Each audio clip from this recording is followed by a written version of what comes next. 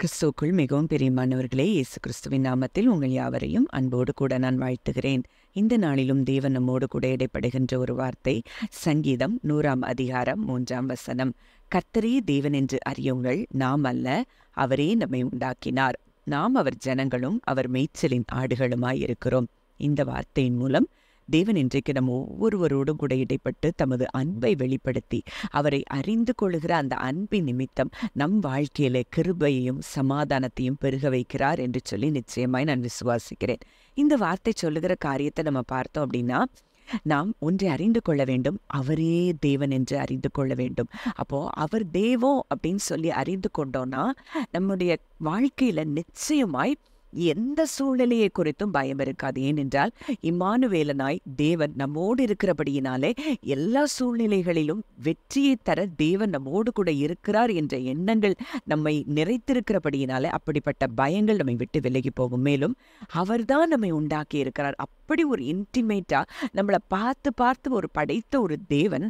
அங்கே சொல்லப்பட்டிருக்கிற ஒரு வார்த்தை, நாம் அவர் ஜனங்களும் அவர் மேய்ச்சலின் ஆடுகளுமாயிருக்கிறோம். அப்போ இன்றைக்கு அவருடைய மேய்ச்சலின் ஆடுகளாய் நம்ம இருக்கிறோம் அப்படின்னு சொல்லி வார்த்தை சொல்லுகிறத பார்க்கிறோம். அப்போ இன்றைக்கு அவர்தான் மேய்ப்பன், நாம் எல்லாரும் அவருடைய ஆடுகளாய் இருக்கிறோம் அப்படின்னா, இன்றைக்கு அந்த மேய்ப்பன் தன்னுடைய ஆடுகளை எப்படி நடத்துகிறார் அப்படின்னு சொல்லி ஒரு சில காரியங்கள் நம்ம பார்க்க போகிறோம். அப்படிப்பட்ட ஒரு அன்பை நம்ம புரிந்து கொள்ளும் போது நம் வாழ்க்கையில வருகிற பயங்கள் நிச்சயமாய் நமக்கு விலகும் என்பதில் சந்தேகமே இல்லை. அப்போ இப்படிப்பட்ட அந்த ஆடுகளான மேய்ப்பன், நம்ம ஆடுகளாய் இருக்கிறோம், அவர் மேய்ப்பனாய் இருக்கிறார்.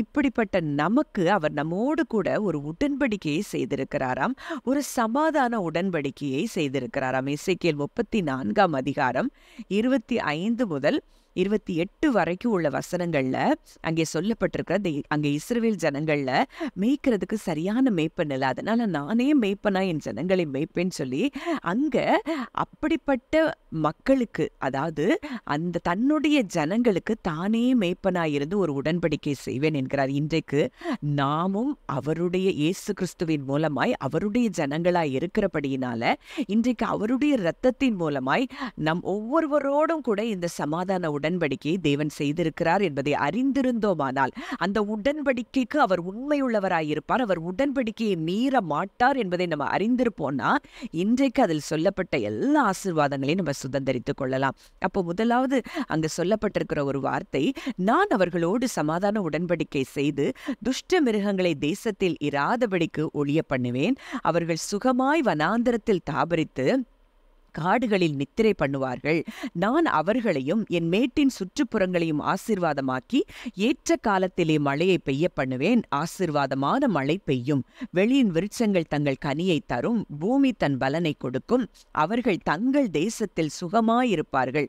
நான் அவர்கள் நுகத்தின் கயிறுகளை அறுத்து அவர்களை அடிமை கொண்டவர்களின் கைக்கு அவர்களை நீங்களாக்கி விடுவிக்கும் போது நான் கர்த்தர் என்று அறிந்து கொள்வார்கள்.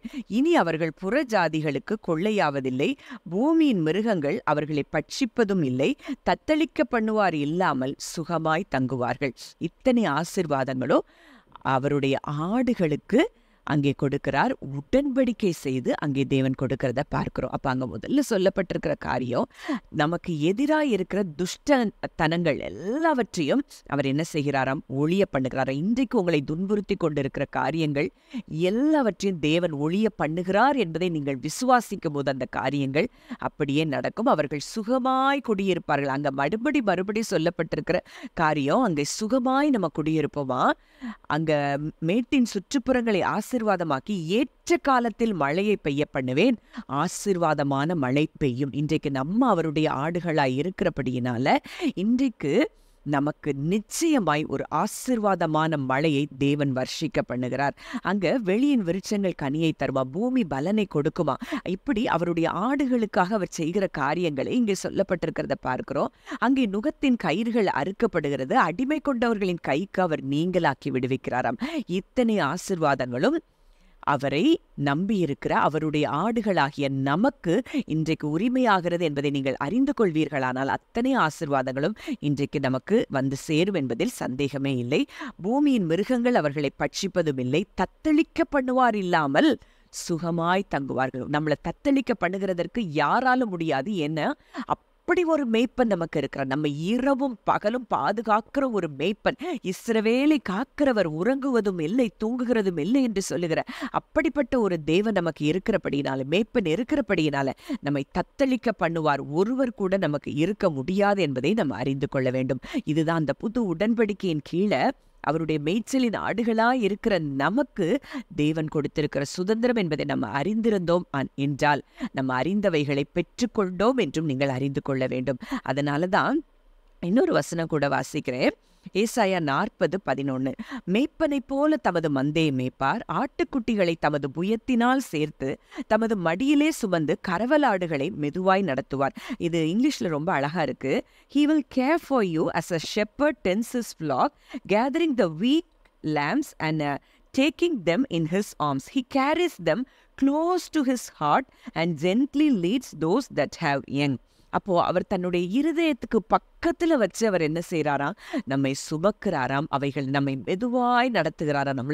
நம்மளை ஹாஷா அவர் நடத்தாம அவர் எப்படி நடத்துற, தன்னுடைய இருதயத்தோடு அவர் நம்மை சேர்த்து அணைத்து நடத்துகிற ஒரு மேய்ப்பன் நமக்கு இருக்கிறபடியினால நம்ம இந்த உடன்படிக்கை, இந்த வாக்குத்தத்தங்கள்ல நம்ம ரெஸ்ட்ல இருக்கும்போது இந்த காரியங்கள் அப்படியே நம்ம வாழ்க்கையில நடக்கும். அதனாலதான் தாவீது சொல்றாரு சங்கீதம் 23:1-2, கர்த்தரின் மேய்ப்பராய் இருக்கிறார், நான் தாழ்ச்சியடையேன். அவர் என்னை புல்லுள்ள இடங்களில் மேய்த்து அமர்ந்த தண்ணீர்கள் அண்டையில் என்னை கொண்டு போய் விடுகிறார். அது இங்கிலீஷ்ல இப்படி சொல்லப்பட்டிருக்கிறது.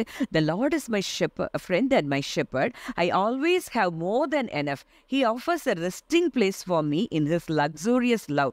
His tracks take me to an oasis of peace, the quiet brook of bliss. அப்போ அங்க சொல்லப்பட்டிருக்கிற ஒரு வார்த்தை, he offers a resting place for me in his luxurious love. அவருடைய விலையேற பெற்ற அந்த அன்புல எனக்கு என்ன கொடுக்கப்பட்டிருக்கு? ரெஸ்ட் கொடுக்க. அவர் அன்பை மட்டும் நம்ம தியானித்து கொண்டு, அவருடைய அன்பை மட்டும், அவருடைய வாக்குத்தத்தங்களை மட்டும் நம்ம எண்ணிக்கொண்டிருந்து அதையே விசுவாசித்து அவரையே துதித்து கொண்டிருந்தோம். ஆனால் இத்தனை ஆசீர்வாதங்களும் நம்மை நிச்சயமாய் வந்து சேரும். அதனாலதான் யோவான் 10:14-15 அவர் சொல்றாரு, நானே நல்ல மேய்ப்பன், பிதா என்னை அறிந்திருக்கிறது போலவும் நான் பிதாவை அறிந்திருக்கிறது போலவும் நான் என்னுடையவைகளை அறிந்தும் என்னுடையவைகளால் அறியப்பட்டும் இருக்கிறேன். ஆடுகளுக்காக என் ஜீவனையும் கொடுக்கிறேன்.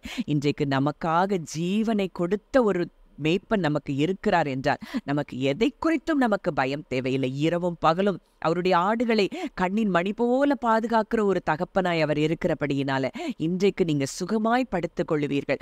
ஆசீர்வாதமான மழை உங்க தேசத்துல நீங்க இருக்கிற இடங்களிலே உங்களுக்காக அது பெய்ய ஆரம்பிக்கும்.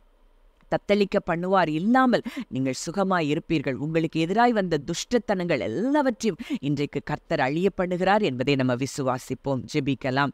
நல்ல தகப்பனை, நன்றியோடு உம்மை துதிக்கிறோம், ஸ்தோத்தரிக்கிறோம். அப்பா, இந்த நாளிலும் எங்களோடு கூட இடைப்பட்ட உம்முடைய வார்த்தையின்படி அப்பா, நீரே தேவன் என்று நாங்கள் அறிந்திருக்கிறோம். அப்பா, நீரே எங்களை உண்டாக்கி இருக்கிறீரப்பா. நாங்கள் உம்முடைய மேய்ச்சலின் ஜனங்களாய் இருக்கிறோம். நீர் எங்கள் மேய்ப்பராய் இருக்கிறீரப்பா. இத்தனை பெரிய மேய்ப்பன் ஆண்டவரே, நல்ல மேய்ப்பன், எங்களுக்காக ஜீவனை கொடுத்த மேய்ப்பன் நீர் எங்களுக்கு இருக்கும்போது எதை குறித்தும் நாங்கள் பயப்பட வேண்டியதில்லை என்பதை அப்பா, இதை கேட்கிற ஒவ்வொருவருடைய வாழ்க்கையிலும் அதை நீர் உறுதிப்படுத்தும்படியாய், இந்த வார்த்தை அவர்கள் விசுவாசிக்கும்படியாய், இருதயத்திலே எழுதும்படியாய் நாங்கள் ஜெபிக்கிறோம். கர்த்தர் அப்படியே செய்கிறபடி நான் நன்றி செலுத்துகிறேன். இயேசுவின் மூலம் கேட்கிறோம் ஜீவனுள்ள நல்ல பிதாவே, ஆமேன்.